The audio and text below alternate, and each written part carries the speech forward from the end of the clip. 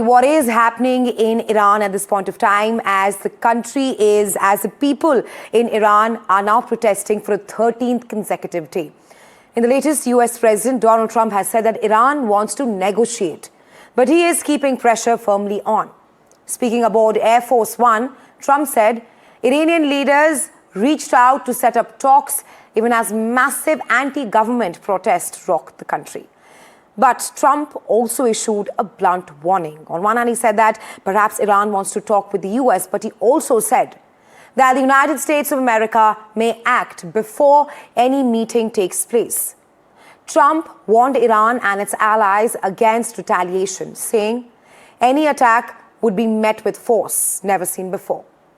Meanwhile, inside Iran, thousands continue demonstrating against the country's supreme leader, Ayatollah Ali Khamenei, while Tehran blames foreign powers for unrest. Now, Iran's President Masoud Pezeshkian, in a stark warning to not only Trump but also Israel, has underlined that amid the ongoing situation in the country, Donald Trump-led US and Netanyahu's Israel, both Washington and Tel Aviv, are in fact responsible for stoking the tensions in Iran. Are they crossing a red line yet to a trigger response? It's starting to, it looks like, and there seem to be some people killed that aren't supposed to be killed. These are violent, if you call them leaders, I don't know if they're leaders or just they rule through violence. But we're looking at it very seriously. The military is looking at it, and we're looking at some very strong options. We'll make it determined. Iran called to negotiate. Yesterday, the leaders of Iran called, they want to negotiate. I think they're tired of being beat up by the United States. Iran wants to negotiate, yes. We may meet with them. I mean, a meeting is being set up, but we may have to act because of what's happening before the meeting. But a meeting is being set up.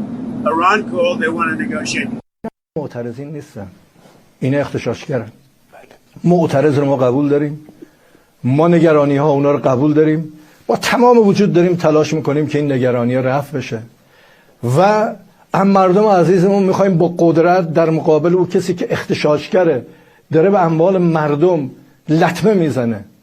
بازاری چه گناهی کرده این میان دکونش آتش میزنن. ما مشکلات اونا رو فکر خواهیم کرد و کمک خواهیم کرد و حل خواهیم کرد. اعتراض حق مردمه. و ما موظفیم اعتراض اونا رو جواب بدیم. ولی اغتشاش و حمله به اماکن عمومی، آتش زدن مسجد، آتش زدن کتاب خدا، یعنی اصلا اینا نقشه است که آمریکا و اسرائیل مردم میبینن این اسرائیلی که دم از انسانیت میزنه چه بلایی سر. Well, you heard there US President Donald Trump saying that US could perhaps take out military options on Iran. Let's now take you through the options that Trump has when it comes to Iran. First up could include very strong strikes. Washington could carry out strong strikes on Iran. Apart from that, any military move risks escalation. So there's option number one, the United States of America's military option against Iran. Then we come to sanctions. Apart from military action, increased sanctions which US can take out on Iran. We're talking about harder sanctions targeting Iran's networks. Their sanctions can also include long-standing US tool, which is perhaps sanctions is a way of curtailing Iran at this point of time. Third could be cyber or covert operations, which are aimed to disrupt Iranian security infrastructure. These options aim to avoid a full-blown conflict. We're talking about cyber or covert operations, which is option number 3. Then fourth, diplomacy and negotiations. Like you also heard, Iran reached out to Washington seeking talks. Trump said a meeting is in the works, but Trump also said that US, like he said, a meeting is in the works, but he also said that US might act militarily before the meeting. And the fifth, support for demonstrators. Trump discussed ways to help restore internet, signaled US support for Iranian civil society as well. Lastly, alliance and regional pressure, coordination with allies to perhaps increase more isolation of Iran, apart from, of course, the sanctions, which can be one option that US can use against Iran. Well, to decode all of that's happening in Iran and much more, my colleague Vishal is now joining me live.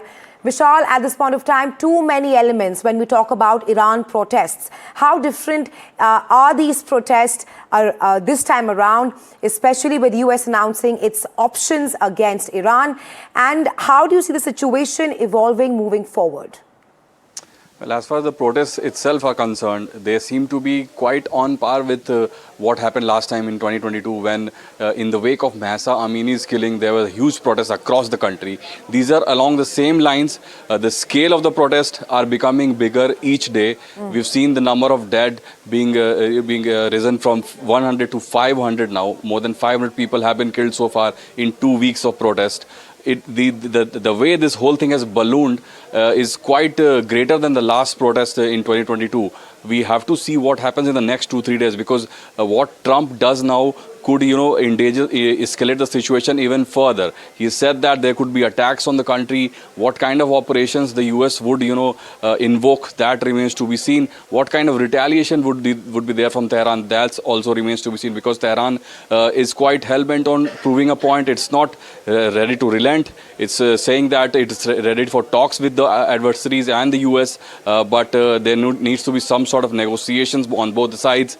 On the same hand, Trump is waiting in the wings to attack Iran, to get one excuse to attack Iran. And he has all the excuses now, because more than 500 people have been killed in the last 7 or 8 days.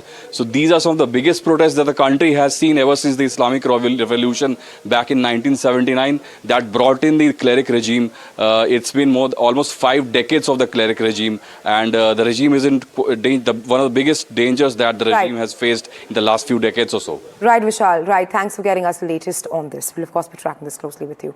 Now, as we've been telling you that this is one of the biggest unrest in Iran that the country has been witnessing. We'll also tell you about a digital uprising which the country is now witnessing. Of course, this comes in the backdrop of the internet blackout there in the country. Our next report telling you more about the digital uprising in Iran.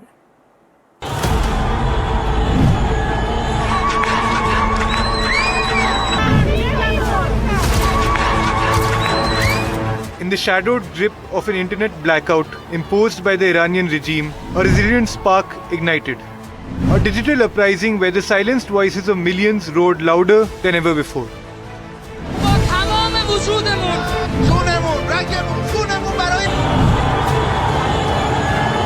What began as outcries against rampant inflation soon turned into a release of pent-up anti-regime frustration.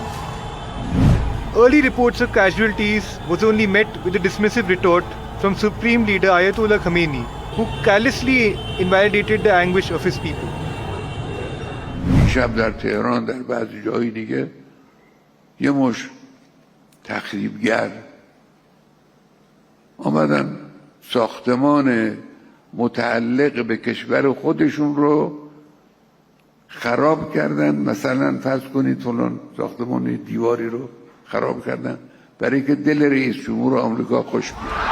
Following a call from Iran's exiled crown prince Reza Pahlavi, a mass of people show resistance and take to the streets in overnight protest. اولین فراخوان خود را امروز با شما در میان میگذارم و از شما دعوت میکنم که این جمعه و پنجشنبه 18 و 19 دی ماه را سر ساعت 8 شب همگی چه در خیابان‌ها یا حتی از منازل خودتون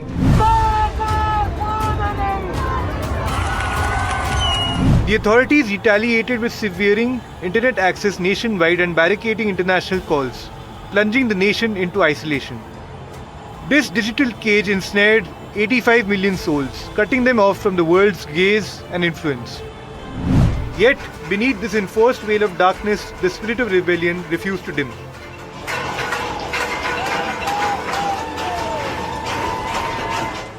With fires set ablaze in Tehran and crowds cheering despite the crackdown, Iranians are pushing back stronger than ever.